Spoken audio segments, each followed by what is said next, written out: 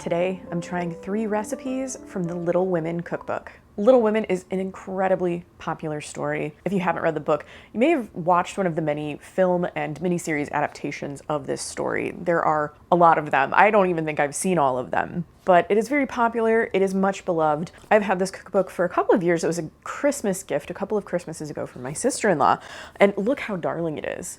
Oh my goodness. How cute are those illustrations? It was published a few years ago. It's like a modern cookbook, 2019 it says, and it includes recipes from the book itself, but also recipes from the time that the story takes place. So I've chosen 3 of them from this book to try today. Amy's Christmas Day muffins.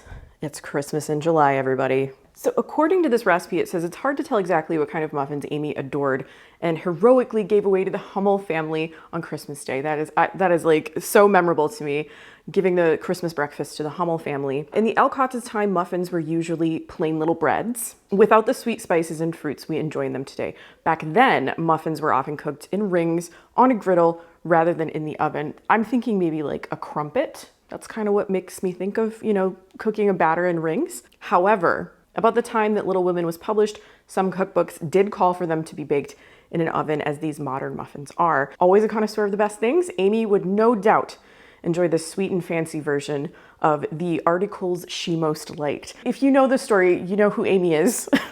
I suspect that if you're even watching this video, you probably know at least a little bit about Little Women, and you know which character Amy is, and you know she loved the latest, the greatest, the fanciest, and most beautiful things. So if there was like a new take on muffins, that's probably what she would want. These muffins do not have a lot of sugar in them. The full recipe only has, what does it say? Half a cup. I'm cutting the recipe in half, so I'm only using a 1/4 cup of sugar, but there are some other things in here that are going to give them a lot of flavor. So I have dried cranberries, I have orange zest, I've got vanilla, things that make you think fall and winter, even though it's July.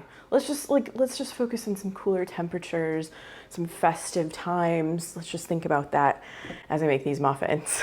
So the first thing I have to do is cover the dried cranberries with boiling water. I actually am boiling some water back here in my kettle, so I'll do that in a moment. Just put that off to the side. In a large bowl, stir together flour, sugar, baking powder, like a bunch of stuff. Okay. So I have a cup of all-purpose flour in my bowl. I have that 1/4 cup of sugar. I've got my baking powder. I have baking soda, salt, and cinnamon here. I did a little bit of a heaping amount of cinnamon. The amount was supposed to be a 1/4 teaspoon. I did a heaping 1/4 teaspoon because I really like cinnamon. I can hear my water boiling, so let me grab that. Okay, so cover those with water. Just let those sit, I guess. Okay, I gotta stir all this stuff together. So I'm just gonna whisk it. Doesn't say anything about, sifting it, just stir it together. It smells so good. Between the cinnamon and the orange zest, feels like fall in here, everybody, except the temperature. It's still a little bit warm outside. Less so than it has been. That's why I saved this recipe for today, because I knew it wasn't gonna be 95 degrees. It was gonna be about 80 degrees. That's better, isn't it? Make a well in the center of the flour mixture. It says in a medium bowl, whisk together the eggs, buttermilk, vanilla, and orange zest. I am actually gonna mix that in the measuring cup, so then I can pour it really easily.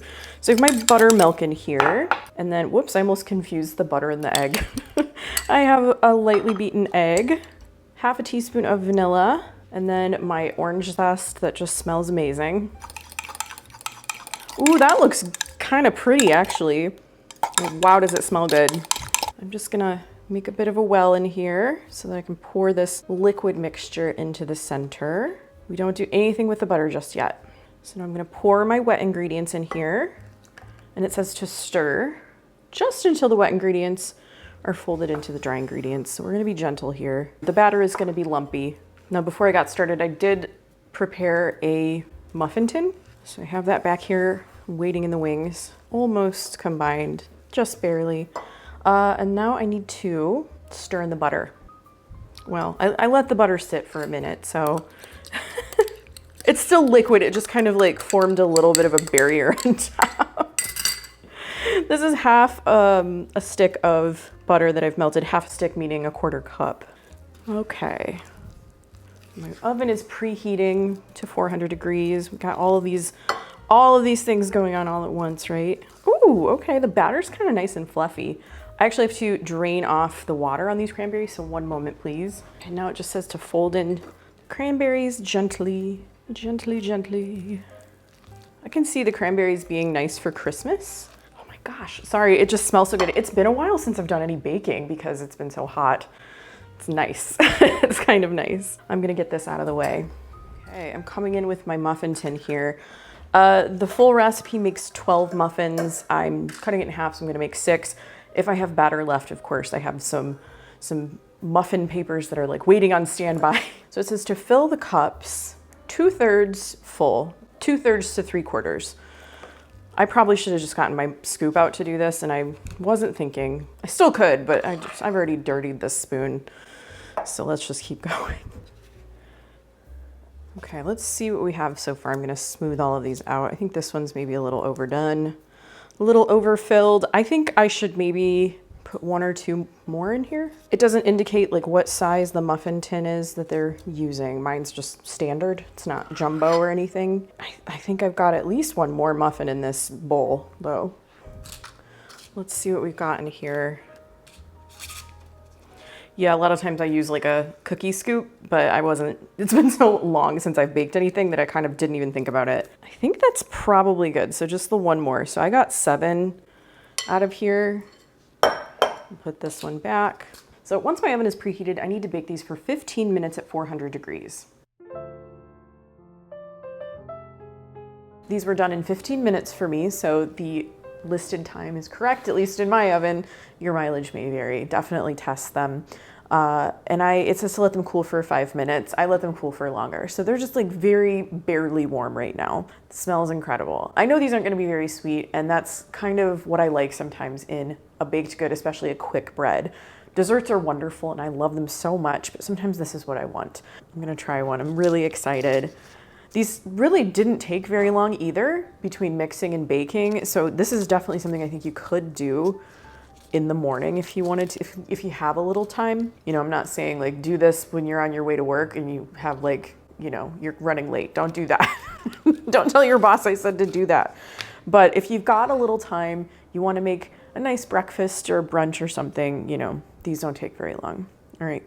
They came out of the paper like super cleanly, which is nice. I didn't do anything to those papers. I didn't spray them or anything.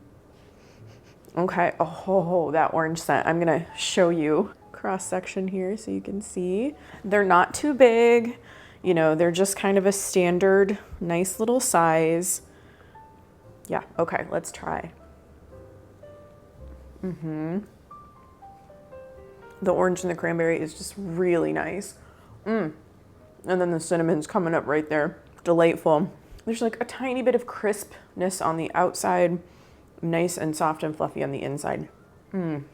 These would be even better with a little salted butter, but they are delicious as is. Nice little afternoon snack with tea, I think, as well. I bet these are gonna freeze great too, so I might throw a couple in the freezer, I might give a couple away. I think these would complement like a Christmas morning breakfast really, really well. You know, maybe you've got an egg casserole and some fruit or something. This would go along with that beautifully. Thanks to OSEA for sponsoring today's video.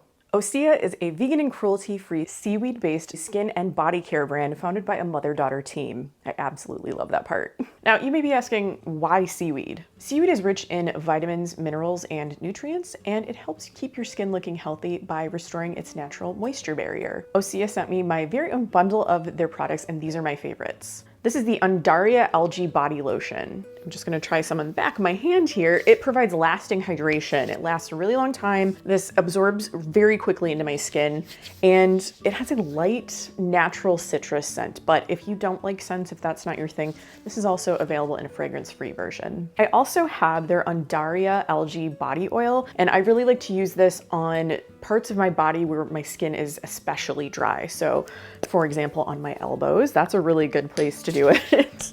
And then I also get these dry patches sort of on the sides of my index finger. This also absorbs quickly and it doesn't leave you feeling like super greasy or anything. For a body oil, I think that's incredible. And it has that same light natural citrus scent. So the type of seaweed that's used in these products, Undaria, is recognized as an invasive species. OSEA has turned this environmental challenge into an opportunity for positive impact by using it in their products. If you'd like to try OSEA's products, here's the perfect opportunity. They're currently featuring a build your own bundle event through July 31st. Use the link in my description to add any 6 travel size products to your cart. You'll save 10% with my code ANNAB10 and receive a free vegan leather bag. Thanks again to OSEA for sponsoring today's video and for allowing me to make better videos for all of you. Okay folks, this is happening. I'm making the blanc-mange. More than any other recipe, this is probably the one that I remember the most from the book. I tried reading the book when I was little, like when I was maybe a little too young to be reading it, and I remember seeing that word written on the page and I was like, I don't know how to say this. And then of course I watched many of the movie and miniseries adaptations of Little Women. I think I remember them saying the word maybe in the one with June Allison. I'm not sure, don't quote me on that. But I remember it because this is what Joe took to Lori when he had a sore throat. It's soft.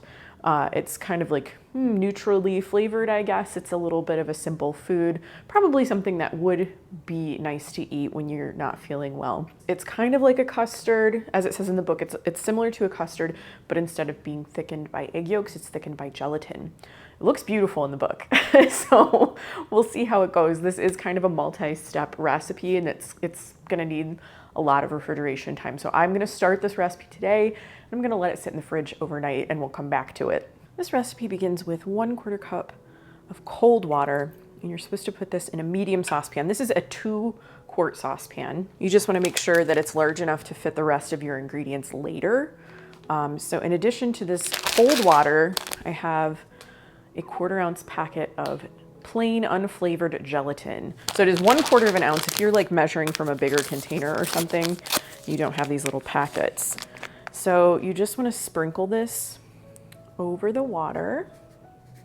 Don't stir it.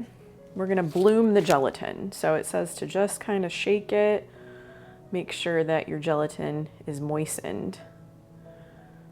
Yeah, and it's getting there. I see there's like 1 or 2 spots that need it yet. Okay, looks pretty good to me. Oh, you can smell that gelatin. Anyway, I need to let this sit for 5 minutes. This is what my gelatin looks like after 5 minutes. And now I need to heat this and let it dissolve for about a minute. And I am allowed to stir it now. I am allowed to stir it. Ooh. Okay, all of that has dissolved. It's funny, when I'm filming this way, I have to kind of like look in there and move the pan around because just the position of the pan with the camera where it is creates a bit of a blind spot for me. So I had to make sure that I was, getting everything dissolved. Stir in the milk, cream, and sugar. 1 1/3 cups of whole milk. I have 1 cup of heavy cream. Get all of that in there. Spatulas are wonderful tools. I actually think they save you money by making sure that you get, as much as possible into your recipe. And I have 1/3 cup of sugar. All together now. Heat and stir until the mixture steams and the sugar is dissolved about 5 minutes. So I'll go ahead and do that. It does say that I cannot let this mixture boil. So I would say keep a very close watch over it. Keep an eye on your heat. That's what I'm gonna do anyway. All right, I've got my milk mixture. The sugar's dissolved. I didn't let it boil. What I have to do next, it says to pour this into a bowl and then refrigerate it for 30 minutes until it's cool. I think it'll all fit in this big measuring cup. The reason I'm putting it into this is because it has a pour spout, and eventually, once this is cool, I'm going to have to pour this into molds. And I just thought putting it in here rather than a mixing bowl would make that process a little bit easier. Oh, but before I do that, I actually have to add my flavorings. That's important. I have a teaspoon of vanilla. I don't have clear vanilla. I'm so sorry. I am so sorry. And then 1/4 teaspoon of almond extract. From my understanding, like almond is one of the traditional flavorings of this dessert. I love almond extract, so I'm excited about that. Oh wow, I love the smell of it. I love the smell of it. My grandma and my mom both always used almond extract in their frostings, their sugar cookies. So now I'm going to carefully pour this into my measuring cup. I know sometimes I'm prone to messes, but I think I'm gonna do okay here. I did it. I'm so proud. It's okay to be proud of yourself sometimes. I am gonna cover this up, put this in the refrigerator for about half an hour, and then we'll move on. My mixture has cooled. I put a spoon into it so that I could kind of stir it and make sure it didn't like form a skin or anything. This worked beautifully, I think. This pourable situation because I have 4 custard cups here. I don't have special molds or anything, but it says that you can use 6-ounce custard cups, and I have these lovely Pyrex ones. Use these for a lot of things. And I went ahead and I generously greased these with some shortening. Hopefully I did enough because tomorrow I'm going to need to unmold these. So I'm gonna just pour, I'm gonna just read my instructions one more time. I keep rereading the instructions on this. I don't think it's a complicated recipe, but just because it's something I've never made before and I don't make a lot of like gelatin-based dishes. Okay, it says divide mixture among prepared dessert molds, cover and refrigerate until set, at least 8 hours. We're going overnight. I'm not taking any chances. I'm just gonna eyeball this, I think. I'm not gonna like be too precise and precious about it. Oh, how did I do that? I already made a little mess. But isn't it a good idea to put something like this on a little sheet pan? Because I can just put all of these in the refrigerator all at once. And it caught that drip, right? Okay, who needs a little more? I think maybe you and maybe you. I'm very excited about this. I think this looks kind of elegant, at least it does to me. This image does, don't you think? Look how pretty that is. So I think even though I don't have the fancy fluted mold, I think this is gonna look really cool. It smells great. I love the almond and the vanilla kind of fragrance together. So I have high hopes for this one. I'll see you tomorrow. Hello there. It's a new day and my Blanc-Manges are set and jiggly. I kept checking them throughout the evening last night and I was very pleased that they did seem to set up. It was just a little too late for me to be filming by the time they were fully set. So I thought, let's just wait a day. I'll bring one of these over so that you can see it. Can you see that jiggle? Very excited. The instructions given for unmolding these is to get like a pan or a bowl with very warm water, dip the cup in the warm water, dry it off, and then try to unmold it like onto a plate or wherever you're going to be putting it. I also grabbed my offset spatulas. I have one that's kind of pointy and one that's more rounded. I thought the thin blade of these, if I need to run it like around the edge, might be helpful. Here goes nothing. The stakes aren't very high, I know, but I would like this to work. I just warmed up some water in my kettle. This is not boiling. My kettle has like an adjustable temperature, so I could probably just do very warm tap water too, but I had water in here anyway, so let's try it. Warming it up just for a moment. I may need to go back and forth with this. If it doesn't come out, we'll see. I mean, I don't think it's gonna come out in the first try. Oh, I am mistaken. That was glorious to watch. That was a fun thing to see. Will you take a look at this? I'm so pleased. I am so pleased. Look at that. Beautiful. Well, that worked so much better than I even expected. One last look at the jiggle before I sample this. I'm so pleased with how this turned out. I think it looks perfect. It's exactly what I wanted. It's like snow white, you know, against this pink plate, which yes, I deliberately chose this pink plate to go with the white and like the red strawberries. Oh my gosh. Okay, ready to give it a taste. Maybe. Oh, it's good. Okay, it's really good with the strawberries. Let me just like take a little bite by itself so I can get those flavors. Oh, it's really good. The vanilla and the almond together. It's just very tasty. It's very cooling. I could see, you know, if someone maybe had a little bit of a sore throat, this would be a very, you know, nice thing for them to eat. That's why Joe took it to Lori, right? It's kind of elegant too. Even though I only had custard cups, I didn't have like a fancy mold or anything. I think it still looks amazing. I think I'm gonna have to make this again. Now this recipe, creamed ham on toast, that's not something that was really in the book. It wasn't in the story, but it is something that would have been made during the time that the story took place. It says, any cook in Meg, Joe, Beth, and Amy's time would have known how to make some version of a creamy, buttery white sauce. Cookbooks of the time were filled with ways to use the sauce, this being one of them. This is kind of a cousin to cream chip beef on toast. You probably know another name for it that I'm not gonna say out loud right now. I grew up eating this. I actually loved cream chip beef on toast. It was a much requested recipe from my grandma. I used to visit my grandparents for 2 weeks in the summer, and I got to make a few special requests for what to have for a meal, and this was always one of them. I typically don't keep you know, dried beef on hand. But ham, like deli ham, that's something I usually have. And somehow I can't believe I've never thought of doing this because it makes so much sense to me. This recipe starts the same way a lot of other good recipes start, and that is with butter. So I am melting a tablespoon of butter in a pan, and 1 tablespoon because I am cutting this recipe in half. Just let it melt.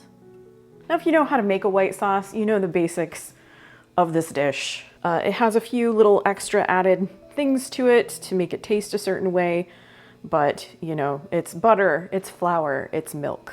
Speaking of flour, I'm gonna add a tablespoon of flour. So we've got equal parts butter and flour here, and I need to mix that together and let it cook until it forms a smooth paste. As you can see, I have my roux here. I probably should have done this in a saucepan. I'm not really sure why I chose a skillet, but it'll work just fine. To that, I need to add some milk.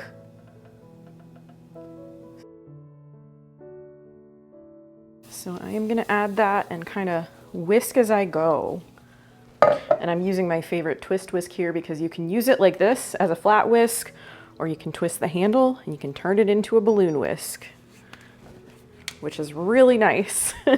It's like you've got 2 whisks in one at your disposal at all times. I'm gonna up the heat on that just a little bit. I need to let this cook. I'm gonna go ahead and whisk this constantly to make sure to break up those little bits. But I need to let this cook and thicken. It should just take a few minutes. This has gotten nice and thick and is bubbly. And I've let this cook, you know, once it thickened, I mean, I let it cook for almost a minute. But now I'm gonna add some additional ingredients to season this up and finish it off. And that is 1 pinch of cayenne. I suppose you could leave that out if it's a little too spicy for you, because you're also gonna use a dash of freshly cracked pepper, and then also a teaspoon of Liam Perrins. So that's why you don't need to add salt to this one, because it's got that in it. I'm gonna just let that, you know, combine here. I'm gonna slowly mix it until it is well combined. You don't have to slowly mix it. This is like meditative for me. And finally, I'm gonna add 1 1/4 cups of ham. This is deli ham, and I know that it is not the kind of ham that would have been used, but this is the kind of ham that I typically keep in my refrigerator because I can use it for a lot of different things. And I'm not one to just like make a ham. You know, if you are, that's great. You got ham for days. But in this case, this deli ham, you know, I've used it for a lot of things. I've used it in breakfast casseroles. And now I'm using it in this creamed ham over toast. Look at that. Lovely. It's very, very ham heavy, I think. So I'm just gonna let this heat through for a couple of minutes, and then gotta make some toast because we're gonna put this mixture over the toast.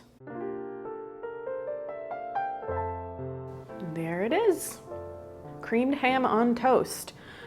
Now, I think that some people might not like this, or they might not like the appearance of it. To me, like, I've eaten things like this pretty much all my life, so it's fine. Some people have a particular fondness for dishes like this, or for creamed chipped beef on toast. I think you should give it a chance. I haven't even tasted this, but I just have a good feeling about it because I know, like, the contents of a white sauce, it seems like it's well seasoned. One of the other reasons I didn't mention that you probably wouldn't want to add salt to this is that ham is very salty. Anyway, I'm gonna try a little bite. Can I cut this with my fork? I sure can. I sure can. I think that's even better than I thought it would be. Yeah, it's seasoned very well. I might like to add a little bit more cayenne because I like things just a little bit more zesty, but I think it's really delicious. It's warm and comforting. I kind of thought about this, you know, you're putting it over toast. I think this would be excellent over a baked potato. If you've been here a while, you know I'm a big fan of like baked potatoes with things on them. I have an entire video where I made 3 different baked potatoes, like creative baked potatoes with different like toppings and things. And I think this creamed ham would go very, very well. I also wanted to point out, and maybe you already know this, maybe you don't though, so I'm gonna tell you anyway. If you can make a white sauce, you can make a cheese sauce because you can take that white sauce, you can add cheese to it. So maybe you wanna make this like a ham and cheese kind of situation if that's like a little bit more exciting to you. I think this tastes delicious as is though.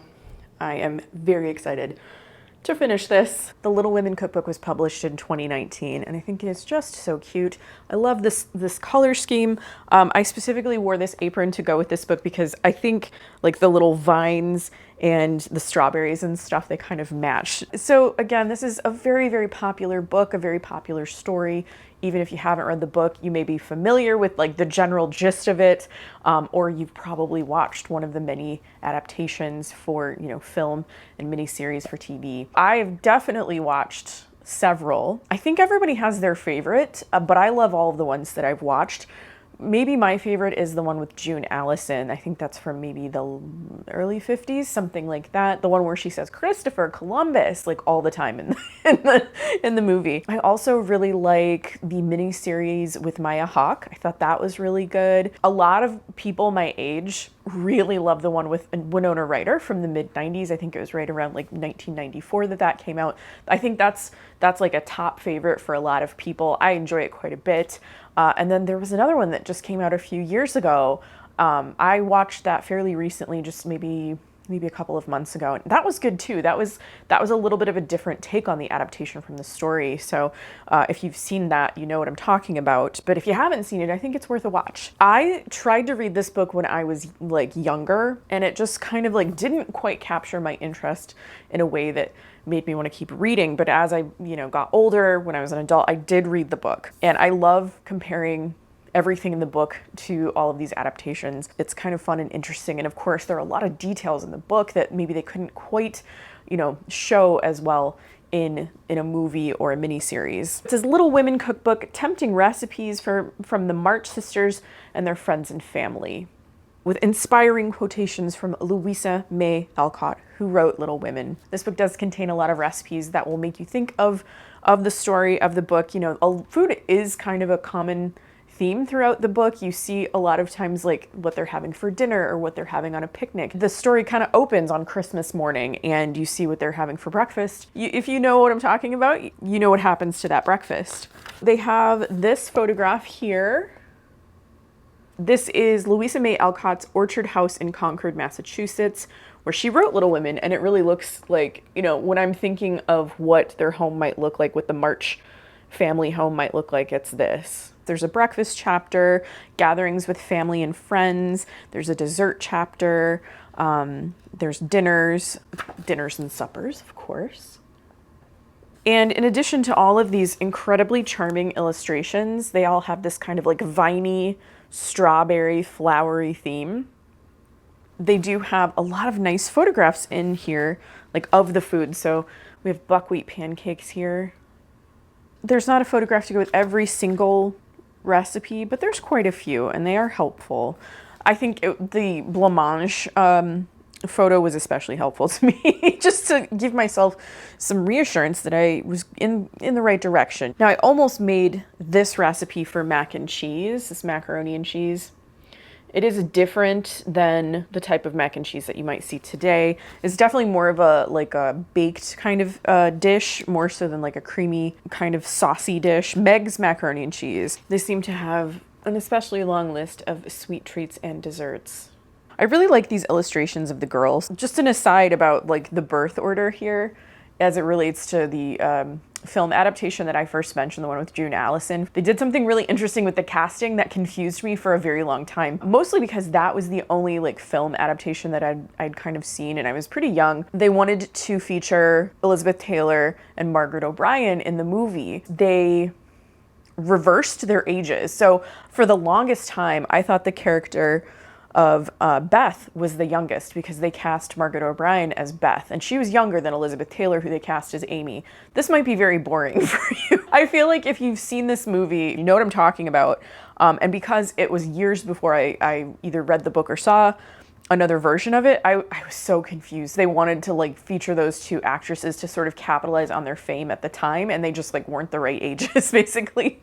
But you know, I mean, I think Elizabeth Taylor made an incredible Amy. I do. So let's kind of like look through this a little more, and maybe I can point out some of the more memorable recipes. You know, the ones maybe I didn't make them, but you will probably recognize something about them if you are familiar with the story. I thought this was clever, how they sort of presented this. Amy's pickled lime sugar cookies. So pickled limes are part of the story, but I mean, they kind of like made them into something else, which I think is interesting. It's like pickled limes. Not really. They made them into cookies. This pink and white ice cream dessert looks very pretty. It says there was ice cream, actually 2 dishes of it, pink and white, and cake and fruit and distracting French bonbons, and in the middle of the table 4 great bouquets of hothouse flowers. So that is from the story on the evening of Christmas Day. Lemonade, of course. When I think of lemonade, I think of there's a scene where the girls are going to a party and one has gloves and one doesn't because that girl's gloves were spoiled by lemonade, so she must have gotten lemonade on them, and I don't know, but it's improper to go to a party without gloves, so they decide that one girl will take one clean glove, hold on to the other one that's spoiled with lemonade, so they kind of split it up and make it work. I think that the author of this cookbook did a really good job of not only taking specific dishes and like recipes from the story, but also incorporating other things that might have been popular around the time that the story takes place. So let's talk about the recipes I tried today. I started off with Amy's Christmas Day muffins. The author explains that these muffins maybe weren't exactly what they would have had at that time, but that there was kind of a shift in muffins, and how they were changing. And the fact that Amy loved everything that was like the latest and the fanciest, she would have gone with whatever the latest and fanciest type of muffin there was. I liked that explanation a lot. Not a very sweet flavor to them. They had a lot of nice like cinnamon, orange, cranberry. I would say I would want more dried cranberries in there. I think it was a little bit light on the cranberries for me. I'd maybe increase that by 1/4 of a cup, you know, for a full recipe. The orange zest was nice. The cinnamon was really nice. This is not going to be a very sweet baked good, and I feel like that's kind of this time too. You weren't gonna, you know, maybe sugar was more of a luxury, so you weren't gonna get something that was like so sweet and so dessert-like. And really, these are supposed to be like a breakfast item, less of a cake, more of a traditional muffin. I did like them quite a bit. They're gone now, so we had some here at home and we gave some to a friend. My second recipe was Blanc-Mange and Strawberries. This was the recipe that I wanted to try the most. For some reason, it's the one that stands out in my mind the most. And I think it's just because like I remember seeing the word blancmange written down in the book when I first tried to read it when I was a kid, and I like didn't know what that word was. I was so pleased with how this turned out. It's like a panna cotta. I didn't say that. The book describes it as a custard that's thickened with gelatin rather than egg yolks. If you've had panna cotta, this is like very, very similar to that. Very simply flavored with just some almond and some vanilla, but really delicious. I felt very fancy. I felt very fancy eating something like this. I loved this with the strawberries too. Especially, I loved how it looked with the strawberries, but I liked how it tasted too. And I'm not really afraid to try and make this anymore. It's not like a super complicated recipe, but just because I don't often work with gelatin or anything, I kept rereading it and trying to make sure that I was getting everything just right, because I wanted it to work out, and it did, and I'm happy about it. My final recipe was creamed ham on toast. This was so much better than I even thought it would be. Like, I've had cream chip beef on toast. Like, that was something I really enjoyed, especially as a kid. I know a lot of folks who were in the military ate it, and they had another name for it that I'm not going to say out loud. But that was like one of my favorite things to have, like whenever I visited my grandparents. My grandma would make it especially for me.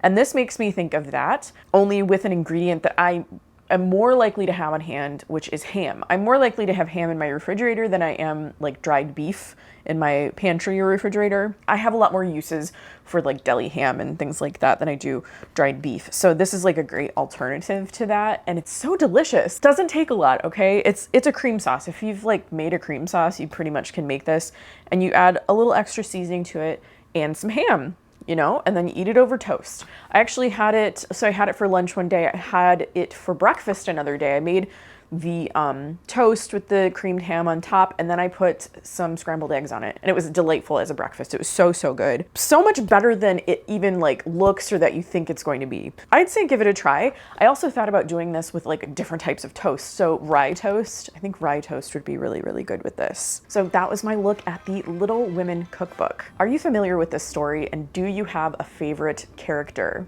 I'd love to hear about that, so please leave me a comment. I'd like to say a special thank you to my Patreon supporters.